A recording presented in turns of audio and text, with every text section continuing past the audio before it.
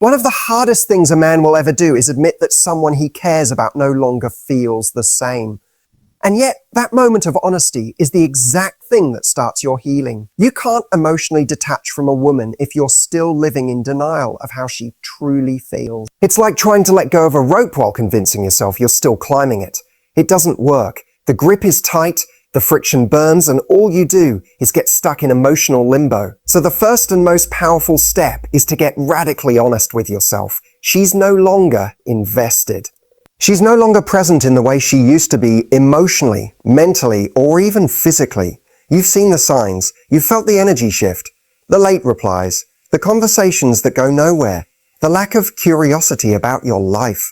Her emotional absence is already telling you the truth. The problem is you've been trying to negotiate with that truth instead of accepting it. And look, I get it.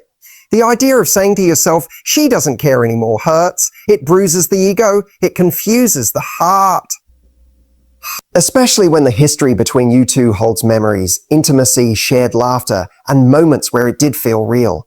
But here's the trap. Memory is not reality, and longing is not a reason to stay emotionally attached to someone who has clearly stepped back. You're not weak for having feelings, say. Feelings waste you. You're not foolish for caring. But there's a difference between caring about someone and clinging to someone. And when you keep clinging to a person who has emotionally checked out, what you're really doing is abandoning yourself. You're prioritizing someone else's apathy over your own dignity. Acknowledging the emotional reality is not giving up. It's growing up. It's being brave enough to say, this is not mutual anymore. I can't keep carrying both sides of this relationship. And here's the beautiful thing about accepting that truth. It sets the foundation for everything that comes next. Clarity replaces confusion. You stop waiting for a text that never comes. You stop rereading old conversations hoping to find hidden meaning. You stop fantasizing about a future she no longer wants. When you acknowledge that she no longer cares, you don't have to hate her. Don't have to make her the villain. But you do have to make a choice. You choose to no longer betray your own emotions by pretending this still has potential. You choose your peace over your pain. In that choice, you begin the process of emotional detachment, not with bitterness, but with wisdom. The sooner you stop denying where she stands, the sooner you start standing back up on your own feet again. Reality might hurt at first, but it's also where your healing begins. Hope is a beautiful thing, but in the wrong context, it becomes a trap. When you're emotionally attached to a woman who no longer cares, hope often disguises itself as loyalty, faith, or optimism. But what it really is, in that moment, is resistance to truth.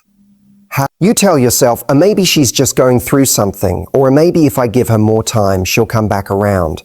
And it's not because you're naive, it's because your heart is holding on to what was while ignoring what is. But here's what you need to understand. You can't move forward when your emotional energy is still invested in a fantasy. The fantasy that she'll suddenly wake up and realize how much you meant to her. The fantasy that all this distance and detachment is just temporary. That kind of hope, when it's disconnected from present reality, isn't love. It's emotional self-deception.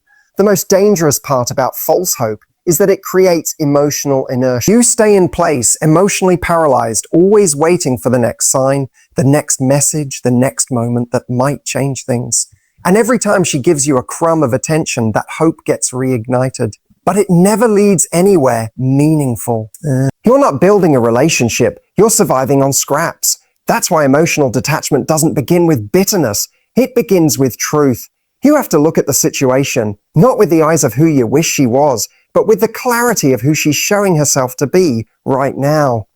If her actions no longer match the connection you once shared, then it's time to stop building your emotions around the version of her that no longer exists. Hope should inspire action, not prolong inaction. If the relationship had genuine potential, you wouldn't be the only one trying. You wouldn't feel like you're constantly chasing something that's running away from you. You wouldn't feel like you're talking into a void. It's time to anchor yourself in truth. Because when you do, you stop waiting for a future that was never promised, and you begin reclaiming your present. You start protecting your energy, your time, your emotional well-being. You stop checking your phone like it holds the answer to your healing. You stop creating scenarios in your head that she's no longer interested in living out with you. Hope, when grounded in reality, is powerful. But hope, when used to justify staying emotionally tied to someone who has already moved on, becomes your cage. Emotional detachment means cutting the cord of false hope and stepping fully into the clarity of now. And in that clarity, you rediscover something far more important than her affection. You rediscover your ability to walk away with your dignity intact. You begin to build a life where your emotional investment is met, not just remembered. Not just remembered. When someone pulls away from you emotionally, the most natural instinct is to move closer. You want to fix it, reconnect, re-establish what you once had. You reach out more. You try harder. You ask questions, offer reassurances, and sometimes you even beg for clarity. But what you don't realize is that every time you lean in while she pulls back, you're deepening your emotional wound. You're feeding a cycle where your closeness is met with silence, confusion, or coldness, and that imbalance keeps you stuck. Creating space doesn't mean being cold. It doesn't mean you stop caring overnight. It means that you begin to respect yourself enough to step back when someone else has already done so, whether they said it with words or with distance. Space isn't about punishing her or making her chase you. It's about giving yourself the emotional oxygen you need to see things clearly, because when you're constantly immersed in the situation, you can't see how much of yourself you're losing in the process. If she has emotionally checked out, you reaching out repeatedly will not bring her back. In fact, the more you try to re-establish connection without any effort on her part, the more you reinforce the idea that your love doesn't require mutual respect. It just needs access. That kind of love is unsustainable. That kind of love erodes you.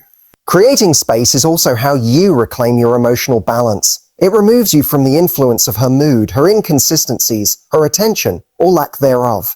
It breaks the habit of waiting on her to validate your worth or confirm your place in her life. The silence that comes with space can feel brutal at first, especially if you're used to constant communication. But in that silence, a new voice emerges, your own. You start to realize what you've been giving, how much of yourself you've compromised, and how many of your needs have gone unmet. Space helps you see what connection blinded you to, the slow, quiet disconnection that's already been happening. This isn't about manipulation or emotional games. It's not a tactic to make her miss you or come crawling back. It's about you recognizing that if someone isn't meeting you where you are, then it's not your job to drag them there. It's your job to walk away from the imbalance and toward your own self-respect. So give space not to create drama, but to create clarity. Let her absence speak for itself, and more importantly, let your absence remind you of your power. When you stop chasing closeness from someone who's emotionally gone, you start reconnecting with someone even more important, you. And in that space, you'll realize you never needed her attention to be whole. You just needed distance to remember who you are. When a woman stops caring, it's easy to make the mistake of turning inward and asking, what's wrong with me? You start analyzing your words, your actions, your past. You replay every conversation in your head, searching for the exact moment you lost her. And in doing so, you unknowingly begin to anchor your self-worth to her emotional absence, as if her lack of interest is some kind of confirmation that you weren't enough. But that's the lie. That's the illusion that keeps so many people stuck in emotional pain. Her inability or unwillingness to invest in the connection is not a mirror reflecting your value. It's a reflection of where she is emotionally, mentally, and maybe even spiritually. People disconnect for all kinds of reasons that have nothing to do with you. Sometimes it's timing. Sometimes it's emotional immaturity. Sometimes it's because they don't want the same things. And yes, sometimes it's because they simply don't see you in that way anymore, but even that doesn't reduce your worth. It just reveals that you're no longer aligned. And alignment is everything in a relationship. You could be the most loyal, kind, emotionally available man on the planet, but if she doesn't have the capacity, the desire, or the readiness to meet you at that level, your value won't be seen for what it is. But don't confuse that with not having value. A diamond buried in the ground is still a diamond. It just hasn't been discovered by the right eyes yet. This is why emotional detachment must involve a shift in focus. From obsessing over how she sees you to reminding yourself of who you actually are. When you internalize her disinterest, you start to shrink, you compromise, You try to become what you think she might want, and in the process, you lose your sense of identity. But when you bring the focus back to your self-worth, you stop chasing approval. You stop chasing approval. You start showing up for yourself instead of begging someone else to notice you. This isn't about arrogance. It's about self-respect. Knowing your worth doesn't mean you ignore your flaws or pretend you're perfect. It means you stop letting someone else's emotional availability dictate how you feel about yourself. You recognize that your worth is constant, even when someone else can't see it, hold it, or reciprocate. And here's the truth. When you fully understand your value, you stop trying to force someone to care. You stop bending to fit into places that weren't built for you. You stop auditioning for love that should have been mutual from the start. And that's when emotional detachment becomes less about pain and more about clarity. You see the disconnect for what it is, not as a personal failure, but as a misalignment that no longer deserves your energy. Your value was never up for negotiation. And the moment you stop asking someone else to confirm it is the moment you start standing in it.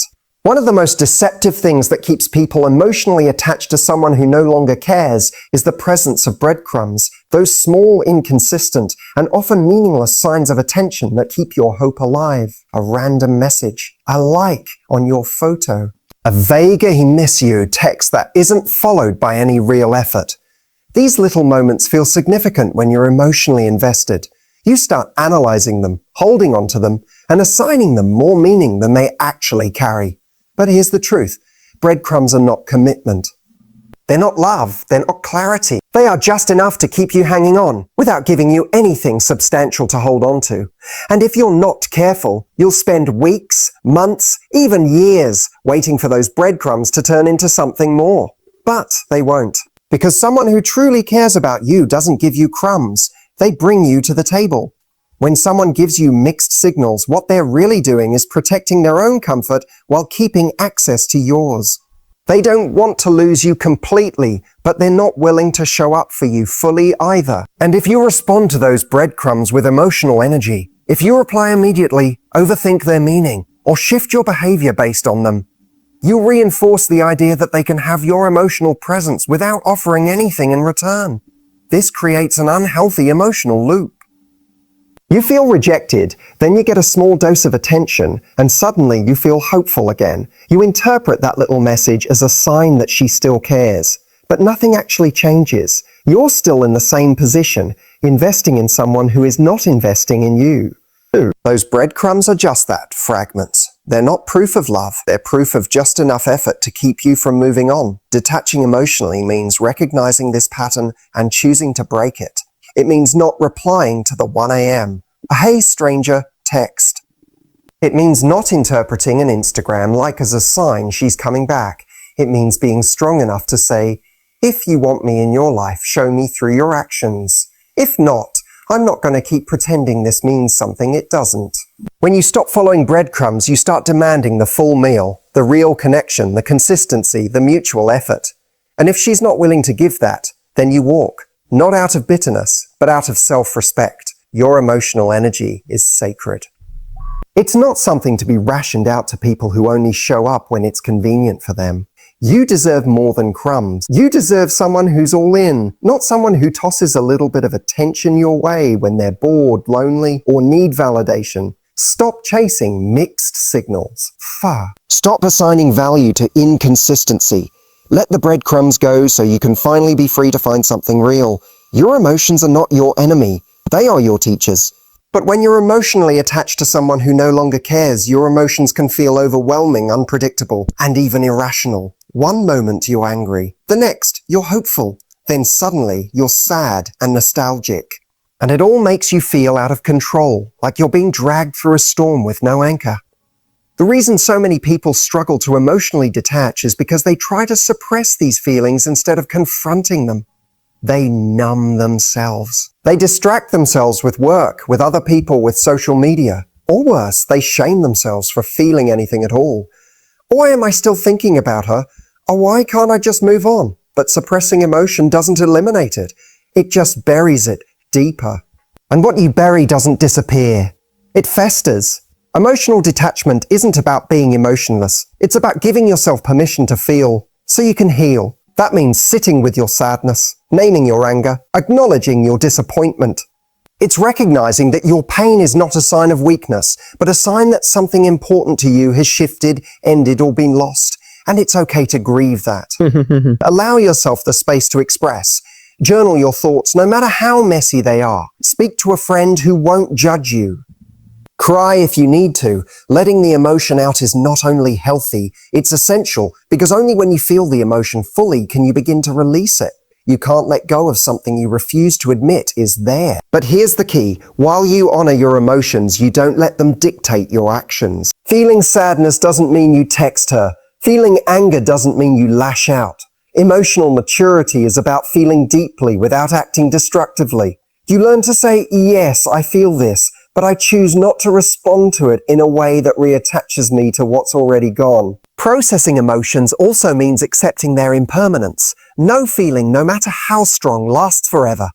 Emotions come in waves, and if you allow yourself to ride those waves instead of fighting them, you begin to find your footing again. You start seeing your emotions not as something to fear, but as something to guide you. This is how real emotional detachment happens, not by shutting off your heart, but by allowing your heart to speak, to be heard, and then to move forward. Every time you choose to feel instead of flee, you grow. You become stronger, wiser, and more emotionally self-aware. You begin to understand your needs, your patterns, and your pain points. And eventually, the emotions that once controlled you begin to lose their grip. Not because they're gone, but because you've learned how to hold them with grace. This is the quiet power of emotional mastery. Not the absence of feeling, but the ability to move through it without losing yourself in the process. One of the biggest traps people fall into after someone pulls away emotionally is constantly revisiting the past. You start replaying every memory like a film on loop, wondering what went wrong, what you could have done differently, what signs you cling to the good times like they're proof that the love was real, hoping that if you just hold on tight enough to the past, it might somehow bring her back. But the past, no matter how beautiful or painful, doesn't change the present, and it certainly doesn't build your future. Letting go of emotional attachment means recognizing the difference between remembering and reliving. You can acknowledge your shared experiences without being owned by them. You can appreciate what once was without letting it blind you to what is. Because every time you dive back into those memories hoping to find answers or meaning, you're reinforcing the emotional bond that you're trying to break. You're giving life to something that no longer exists in its original form. You have to understand that just because something once made you happy doesn't mean it belongs in your life forever. Some connections serve their purpose for a season, they teach you, they grow you, and then they end. That doesn't make the relationship a failure. What makes it harmful is your refusal to let go of something that's no longer feeding your spirit. To emotionally detach, you must make peace with the fact that closure doesn't always come with explanations. Sometimes, people just change. They lose interest. They go through things they don't share with you, or they simply realize they no longer want the same things. And they may never give you the clarity you're waiting for. But that doesn't mean you can't create your own. Closure is something you choose. It's the decision to stop reopening the wound by looking for reasons in places that only gave you silence. It's deciding that the chapter is closed, even if you never got a proper ending. Letting go of the past also means forgiving yourself. Maybe you held on too long. Maybe you saw red flags and ignored them. That's okay. You were learning. You were loving with the information and the emotional tools you had at the time. Don't use the past as a weapon against yourself. Use it as a guide for how you'll show up in your future. When you stop revisiting the past, something powerful happens. You reclaim your energy that was tied up in regret, nostalgia, or confusion. And that energy can now be redirected toward your growth, your peace, and your new beginnings. Let the past be what it was. Don't let it keep you from becoming who you're meant to be next. You can carry the lessons without carrying the emotional weight, because the more you release what's behind you, the more space you create for what's ahead.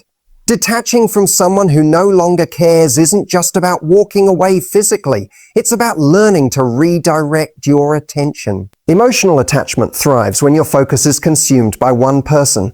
What they're doing, what they're thinking, whether they're missing you, whether they're going to come back. You find yourself constantly checking your phone, stalking their social media, imagining conversations that never happen.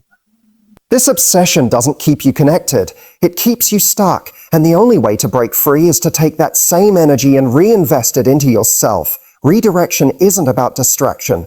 It's about intention. It's about choosing where your thoughts go, who gets your emotional energy, and what you prioritize every day. When you make someone else the center of your mental universe, you give away your power. But when you bring that focus back to yourself, everything begins to shift. You start to remember the parts of you that existed long before that person came into your life. The passions, the values, the goals, the dreams you may have sidelined in the process of loving someone who stopped loving you back. Begin by identifying the areas of your life that have been neglected. Is it your health, your creativity, your relationships with friends or family? Maybe it's your career or the personal goals you put on hold. Whatever it is, this is your chance to realign. Start small if you need to. Take up a new hobby. Read a book that challenges your thinking. Go for a walk without checking your phone. Spend time with people who energize you instead of depleting you. These aren't just distractions, they're acts of self-respect. As you redirect your attention, you'll notice something else happening. The emotional pull toward that person starts to weaken. It's not because you forced yourself to forget. It's because your life is becoming too full to be consumed by their absence. You're not living in reaction to them anymore. You're building a reality that exists beyond them. And let's be clear, this isn't about pretending you don't care. It's about choosing not to give your focus to someone who no longer earns it. Every time you shift your attention back to your own growth, you're sending a message to your subconscious. I matter.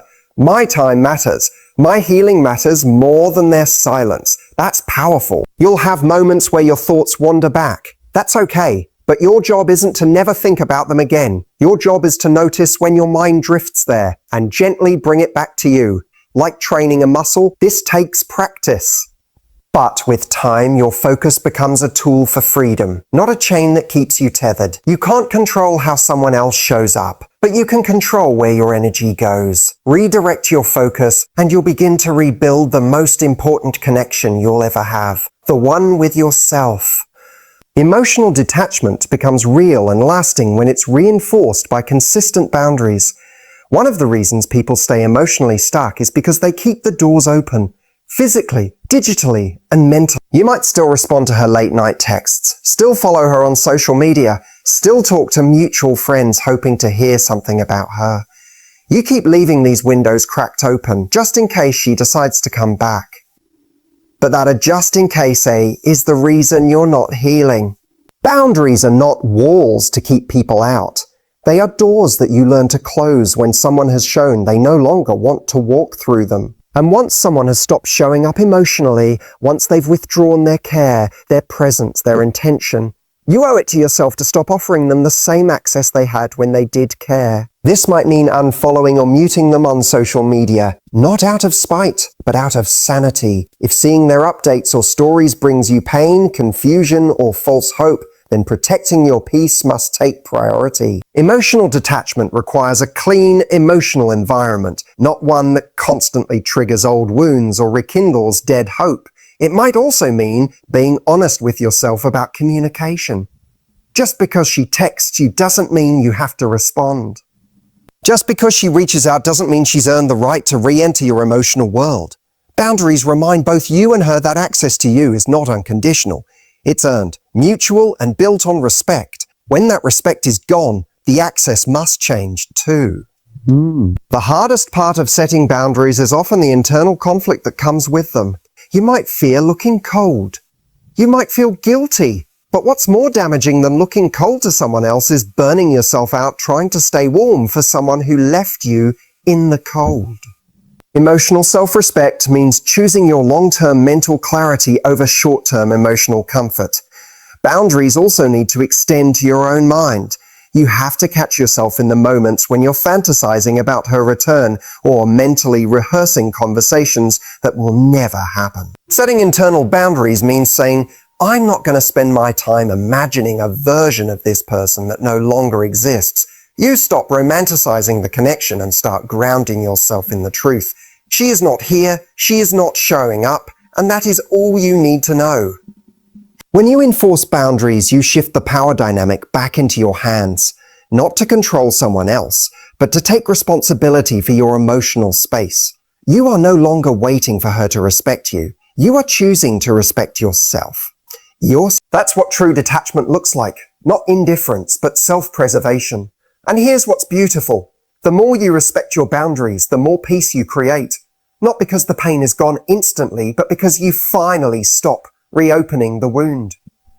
And in that stillness, healing begins. Healing and moving on is not a linear journey. It's a process full of ups and downs, breakthroughs and setbacks, clarity and confusion. One of the hardest lessons in emotionally detaching from a woman who no longer cares is accepting that healing takes time and patience, especially with yourself. You may want to fast forward through the pain, skip the uncomfortable emotions, or rush into something new just to fill the void. But real healing doesn't work that way. It requires you to slow down and give yourself permission to feel every part of the process, to be patient with your heart when it's heavy and gentle with your mind when it spirals. You will have moments of strength where you feel free and in control. And you will have moments where you feel lost, confused, or desperate to reach out again. That's normal. It doesn't mean you're failing. It means you're human. Healing also means learning to trust yourself again. After the confusion and pain of rejection or disconnection, your inner compass may feel off. You might doubt your ability to read people, to make good choices, or to know what's best for you. But with time and with practice, you rebuild that trust by paying attention to your feelings and respecting your boundaries. It's important to celebrate the small victories. Maybe one day you don't check her social media. Maybe you say no to a text message you know will only pull you back in. Maybe you spend a weekend focusing on your passions instead of thinking about her. Each of these moments is a step forward, a sign that you're reclaiming your power. Another crucial part of healing is forgiveness. Forgiving her, yes, but also forgiving yourself. Forgiving yourself for any mistakes you think you made, for the time you spent hoping, for the pain you allowed yourself to feel. Forgiveness doesn't mean forgetting or excusing what happened. It means freeing yourself from the burden of resentment and regret so you can move forward lighter. As you heal, you'll start to rediscover parts of yourself you may have lost along the way. The confidence, the joy, the curiosity. And with that rediscovery comes the opportunity to build new relationships that are healthier, more balanced, and more fulfilling.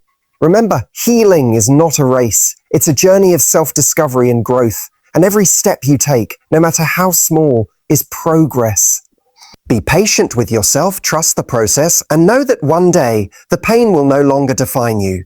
You will emerge stronger, wiser, and ready for the love and respect you truly deserve. To wrap this all up, emotionally detaching from a woman who no longer cares is never easy, but it's absolutely necessary for your growth, peace, and self-respect. It's about recognizing your worth beyond her attention, breaking free from the traps of mixed signals and emotional dependency, and taking back control of where your focus and energy go. It means feeling your emotions fully without being controlled by them, letting go of the past without regret, and setting clear boundaries that protect your heart. Most importantly, it's a journey of patience and kindness toward yourself. Knowing that healing takes time and that every step forward is a step toward reclaiming your life and your happiness. When you choose to prioritize yourself in this way, you create space for real connection. Not just with others, but with the most important person of all, you. And that, ultimately, is how you move on stronger, wiser, and ready to receive the love and respect you deserve.